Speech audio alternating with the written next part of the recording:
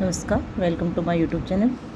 ये class 12th की books हैं और इसमें जो वाक्य शोधन का टॉपिक है, देखिए इसमें जो ग्रामर के टॉपिक हैं अलंकार, समास, ये मैं आपको करा चुकी हूँ।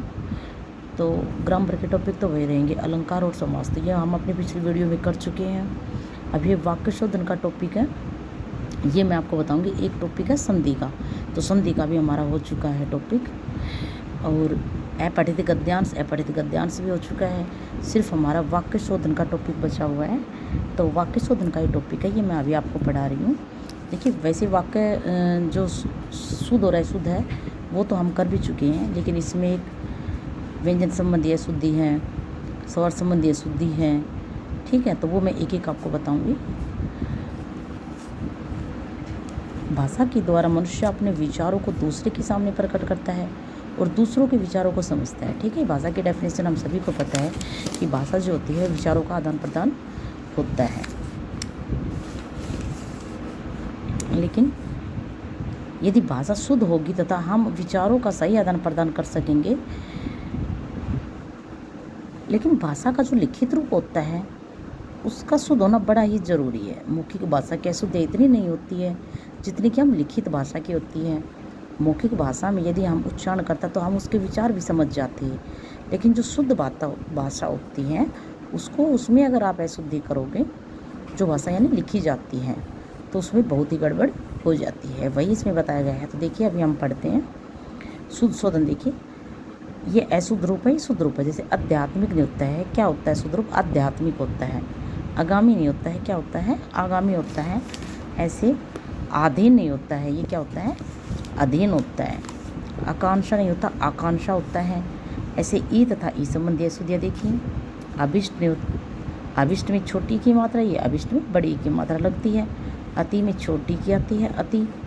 अनिति में अनिति, नी में बड़ी की आएगी और ती छोटी। अतिथि में भी छोटी की मात्रा, इत्यादि इत्यादि में भी छोटी की मात्रा, उपति छोटी की मात्रा और उपाधि में भी। इसी प्रकार से ये ऊ संबंधी मात्राएं हैं, ये हम देख लेंगे। आयु में जैसे छोटा ऊ की मात्रा हो गई, आंसू बड़ा ऊ की मात्रा हो गई। स्तुति में ये स्तुति ऐसी आ जाएगा, ठीक है। तो ये बहुत सारी मिस्टेक है, असंबंधी, ई संबंधी, ए संबंधी, उ संबंधी, ये मात्राएं हैं। इसके बाद जो पूरा वाक्य शोधन का टॉपिक जो हमारे आता है एग्जाम में, 12th क्लास के जो बोर्ड में आता है, वो अभी मैं आपको बताऊँगी। देखिए शुद्ध भाषा के लिए शुद्ध वाक्य रचना होना अनिवार्य है। वाक्यगत अनेक प्रकार के होते हैं, जैसे संज्ञा, सर्वनाम, विशेषण, क्रिया, क्रिया विशेषण, वचन, लिंग, विभक्ति, प्रत्यय, उपसर्ग आदि। तो जब भी ये जो कुछ एग्जाम में, पिछले एग्जाम में भी आ चुकी है, पीछे पूछे गए हैं, ठीक है। तो वो है कुछ इनमें से, बच्चे को दूध नहलाकर पिलाओ, ठीक है। तो इसका कोई सेंस निकल ही नहीं रही है। बच्चे को दूध नहलाकर पिलाओ नहीं, बच्चे को नहलाकर दूध पिलाओ। मोहन को काट कर फल खिलाओ, मोहन को काट कर, इसकी सेंस देखो क्या निकली? मोहन को काट कर फल खिलाओ। क्या मोहन को काट कर फल खिलाओ? नहीं, मोहन को फल काट कर खिलाओ। तो इसका शुद्ध वाक्य ये हो जाएगा। उसे चाय का गर्म प्याला दे दो, उसे गर्म चाय का प्याला दे दो। एक पानी का तालाब भरा है, पानी का एक तालाब भरा है, ये इसके शुद्ध हो जाएगा। मन में मुझे एक पक्षियों का झुंड दिखाई दिया, वन में मुझे पक्षियों का एक झुंड दिखाई दिया। ये पिछली बार एग्जाम में पूछा गया, 2017 सेट बी में आया हुआ क्वेश्चन है ये, ठीक है। एक सेब की पेटी ले आना, ये 2018 में आया हुआ क्वेश्चन है। एक सेब की पेटी ले आना, सेब की एक पेटी ले आना, ये इसका शुद्ध हो जाएगा। अब देखिए कुछ संज्ञा संबंधी दोष है। नदियाँ अपने साथ उपजाऊ भूमि लाती है, नदियाँ कोई भूमि लाती है? नदियाँ अपने साथ क्या लाती है भाई? उपजाऊ मिट्टी लाती है।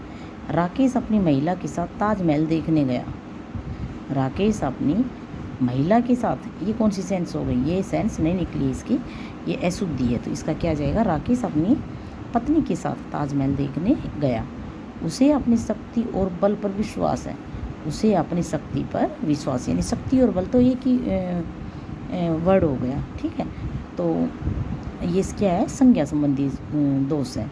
कला के लिए कसरत करनी पड़ती है, कला के लिए अभ्यास करना पड़ता है।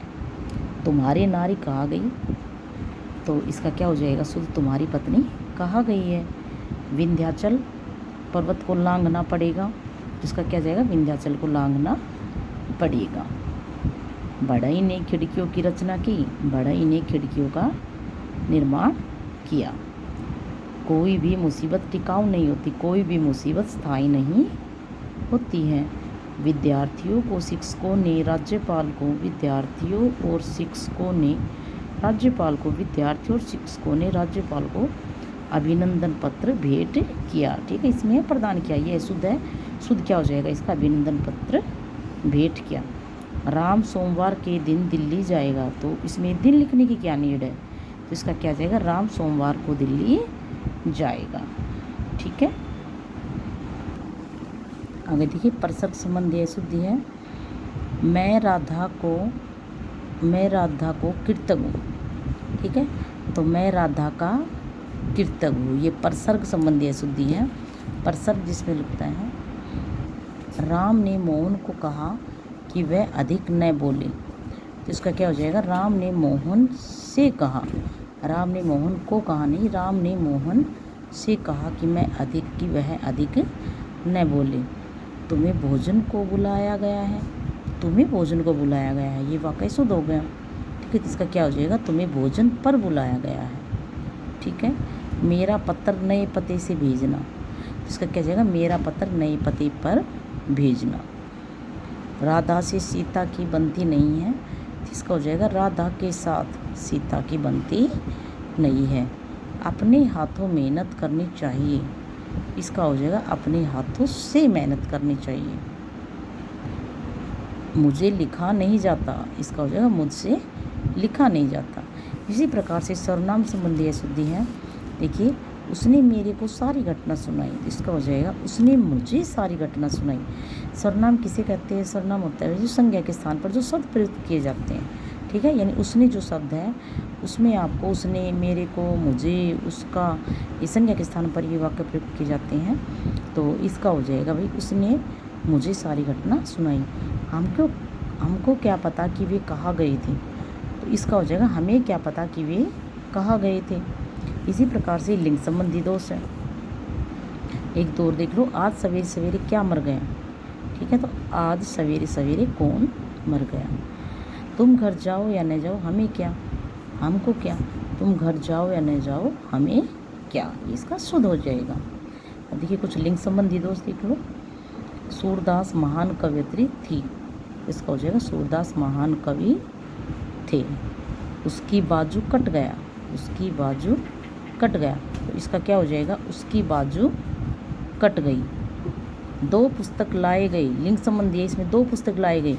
अब पुस्तक क्या होती है, स्त्रीलिंग होती है ना, तो इसका क्या हो जाएगा, दो पुस्तकें लाई गई।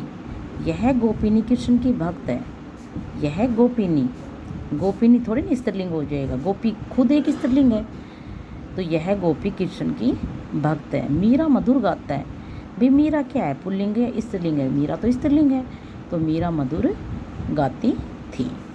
ऐसे विशेषण संबंधी दोष हो जाएगा। वह आगामी वर्ष दिल्ली गया था, तो इसका हो जाएगा, मैं आगामी वर्ष दिल्ली गया था। विशेषण होता है जो संज्ञा सर्वनाम की विशेषता बताते हैं, तो इसमें हो जाएगा, मैं गत वर्ष दिल्ली गया था। उसके सामने एक गहरी समस्या है, उसके सामने एक गंभीर समस्या है। प्रत्येक विद्यार्थी को 2-2 रुपये दे, प्रत्येक विद्यार्थी को 2 रुपये दे। ऐसे ही हम आपको वचन संबंधी दोष कराएंगे। आगे देखिए, वचन संबंधी दोष कराते हैं। पंजाब में कई नदियाँ हैं। अब पंजाब में कई नदियाँ क्या है, नदियाँ तो खुद एक बहुवचन है। ठीक है, तो क्या हो जाएगा, पंजाब में कई नदियाँ हैं। उसके पास अनेकों लोग खड़े थे, उसके पास अनेक लोग खड़े थे। ठीक है, तो ये हो जाएगी वचन संबंधी अशुद्धि। उसका प्राण निकल गया, तो इसका हो जाएगा, उसके प्राण निकल गए। 2 और 2 4 होता है, 2 और 2 4 होते हैं। ऐसे हो जाएगा कारक की विभक्ति संबंधी दोष। सड़क में भारी भीड़ जमा है। देखो, आपको कारक, वचन, लिंग, संज्ञा, सर्वनाम ये पता होना चाहिए कि क्या क्या होता है, तो ये समझाने की ज़रूरत नहीं है। 12th स्टैंडर्ड्स के बच्चों को ये सब बताने की ज़रूरत नहीं है। तो सड़क पर जैसे कारक विभक्ति है, कारक होते क्या है, कारक जिन चिन्हों का प्रयोग किया जाता है, जैसे कर्ता ने कर्म को जो चिन्ह होते हैं वो होती है कारक विभक्तियाँ। देखिए, जैसे सड़क में भारी भीड़ जमा है, तो सड़क पर भारी भीड़ जमा है। मैं शीतल जल को पी रहा हूँ, मैं शीतल जल पी रहा हूँ। कुछ सतलों में अशुद्धियाँ है, कुछ सतलों पर अशुद्धियाँ है।